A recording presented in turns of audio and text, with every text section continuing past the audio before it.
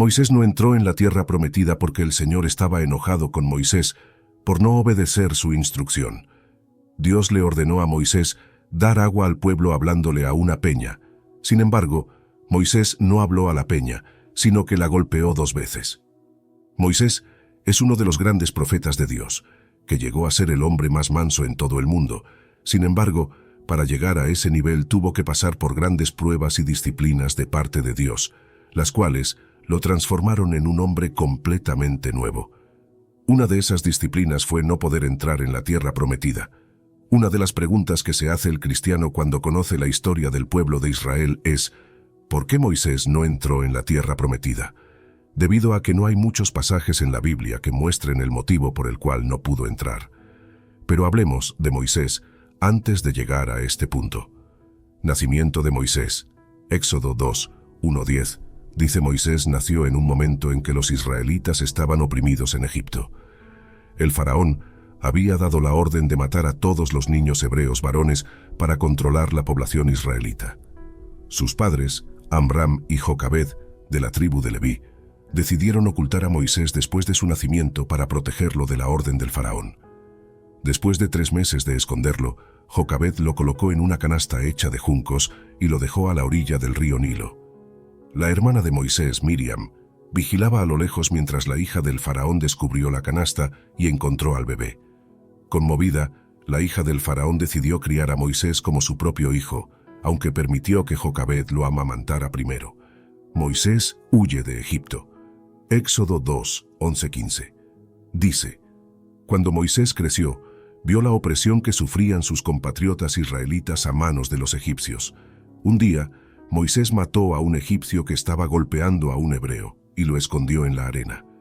Al día siguiente, Moisés intervino en una pelea entre 2 hebreos, y uno de ellos le reprochó su acto de matar al egipcio. Al enterarse de que el faraón estaba buscando matarlo por este hecho, Moisés huyó de Egipto y se fue a la tierra de Madián. El llamamiento de Moisés. Éxodo 3, 1-12 dice: mientras vivía en Madián, Moisés se convirtió en pastor de las ovejas de su suegro, Jetro. Un día, mientras pastoreaba, Moisés vio una zarza ardiente que no se consumía. Asombrado, se acercó para observarla. Dios le habló desde la zarza, revelándole su nombre: Yo soy el que soy, y pidiéndole que regresara a Egipto para liberar a su pueblo de la esclavitud. Moisés dudó, alegando que no era capaz de llevar a cabo tal misión. Sin embargo, Dios le aseguró que estaría con él y le dio señales para probar su autoridad. Moisés finalmente aceptó el llamado divino y regresó a Egipto para cumplir la misión de liberar a su pueblo. Moisés regresa a Egipto. Éxodo 4, 18-31 dice: después de recibir el llamado de Dios en la zarza ardiente, Moisés regresó a la casa de su suegro, Jetro, y le pidió permiso para volver a Egipto para ver a su pueblo. Jetro le dio su bendición, y Moisés partió hacia Egipto con su esposa Séfora y sus hijos. Durante el viaje, Dios le dijo a Moisés que realizaría milagros para convencer al faraón de liberar a los israelitas. Dios también le explicó a Moisés que debía advertir al faraón sobre la muerte de su primogénito si no dejaba ir a los israelitas. Al llegar a Egipto, Moisés se reunió con su hermano Aarón, quien lo ayudaría a hablar ante el faraón. Moisés y Aarón convocaron a los ancianos de los israelitas y les contaron sobre la misión de Moisés, mostrando las señales que Dios le había dado. El pueblo creyó en Moisés y se inclinó a adorar a Dios. Ok, pero ¿quién es Aarón? El hermano mayor de Moisés, Aarón, era hijo de Amram y Jocabed, y hermano de Moisés y Miriam. Pertenecía a la tribu de Leví, una de las 12 tribus de Israel. Cuando Moisés fue llamado por Dios para liberar a los israelitas de Egipto, Aarón fue designado por Dios como su portavoz y asistente. Moisés era reacio a hablar ante el faraón, por lo que Dios le dio a Aarón como ayudante para que hablara en su nombre. Osea fue asistente de Moisés. Aarón desempeñó un papel clave en la realización de las señales y las plagas que Dios envió sobre Egipto. Con su vara, Aarón realizó varios milagros, como convertir el agua del Nilo en sangre y hacer que las ranas invadieran Egipto. Aarón fue el primer sumo sacerdote de los israelitas, un papel que ocupó hasta su muerte. Sus descendientes, conocidos como los levitas, continuaron en el sacerdocio después de él. Moisés y Aarón ante el faraón. Éxodo 5:6 dice: Moisés y Aarón fueron ante el faraón para pedirle que dejara ir a los israelitas para celebrar una fiesta en honor a Dios en el desierto. El faraón se negó y en cambio aumentó la carga de trabajo de los israelitas, haciendo que recolectaran su propia paja para hacer ladrillos. El pueblo israelita se quejó a Moisés y a Aarón por el empeoramiento de sus condiciones de vida.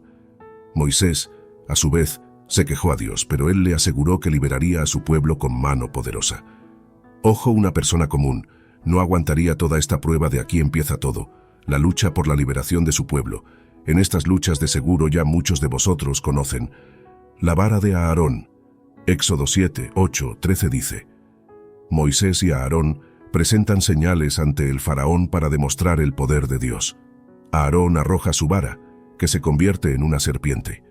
Los magos del faraón hacen lo mismo, pero la serpiente de Aarón devora las serpientes de los magos. A pesar de esto, el faraón permanece incrédulo. Ya aquí ven que el faraón endure su voluntad de no acceder a la liberación plaga de sangre. Éxodo 7:14-25 dice: Dios convierte las aguas del Nilo en sangre, matando a los peces y contaminando el agua. Los egipcios no pueden beber el agua y deben excavar para encontrar agua potable. Plaga de ranas. Éxodo 8:1-15. Dios envía una plaga de ranas que cubren toda la tierra de Egipto, entrando en casas y habitaciones. El faraón promete liberar a los israelitas si las ranas desaparecen, pero cambia de opinión una vez que la plaga se retira.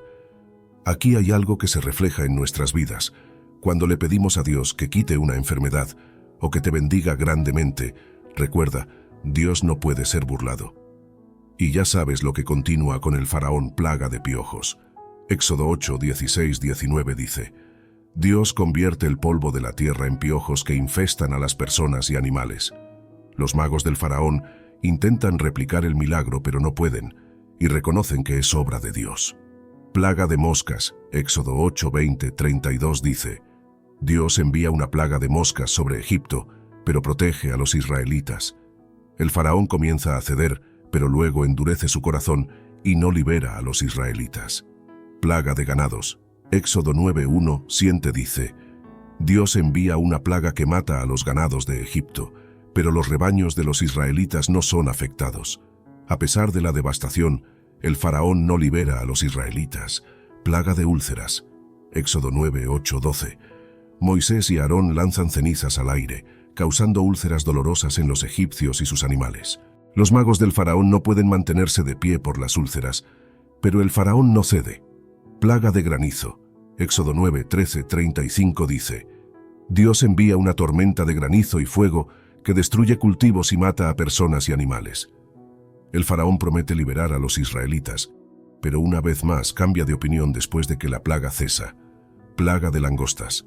Éxodo 10:1-20. Dios envía una plaga de langostas que devora todos los cultivos y vegetación. El faraón nuevamente promete liberar a los israelitas, pero no cumple su promesa. Anunciada de las muertes de los primogénitos. Éxodo 11 dice: Dios anuncia la muerte de todos los primogénitos en Egipto, tanto humanos como animales.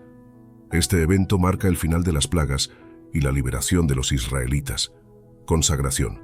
La consagración de los primogénitos implicaba que cada primogénito, tanto humano como animal, pertenecía a Dios. Los primogénitos de los animales serían sacrificados como ofrenda a Dios, mientras que los primogénitos humanos serían redimidos o rescatados mediante un pago simbólico. Significado simbólico. La consagración de los primogénitos también tenía un significado simbólico más profundo, señalando la soberanía de Dios sobre su pueblo y su papel como protector y redentor. ¿Por qué Moisés no entró en la tierra prometida? Debido a que no hay muchos pasajes en la Biblia que muestren el motivo por el cual no pudo entrar. La razón por la que Moisés no entró en la tierra prometida se debe a su desobediencia a Dios. La palabra de Dios narra en el libro de Números que durante los 40 años en el desierto hubo escasez de agua para beber, y los israelitas se enfadaron mucho. Debido a esa escasez, empezaron a murmurar y a oponerse a Moisés y a Aarón.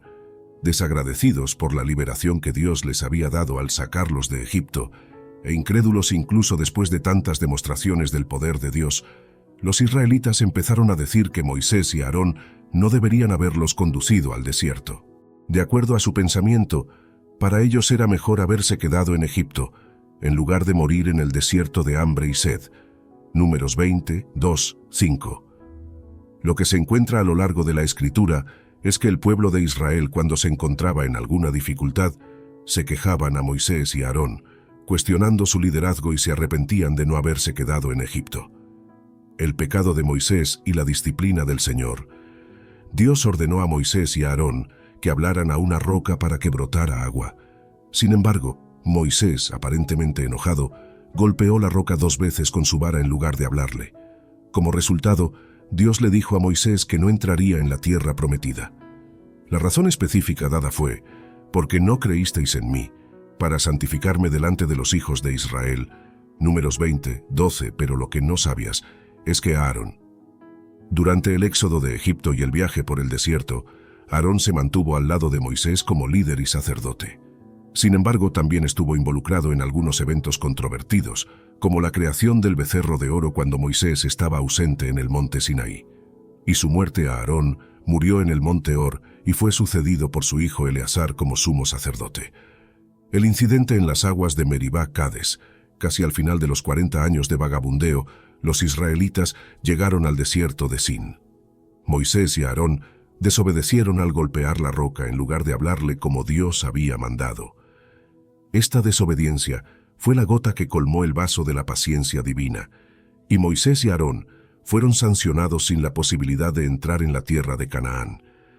A pesar de todas sus bendiciones y su papel como líder del Éxodo, Moisés no pudo entrar en la tierra prometida debido a su falta de confianza y obediencia en esos momentos críticos.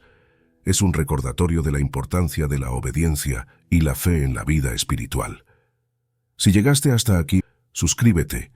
Que Dios te bendiga grandemente.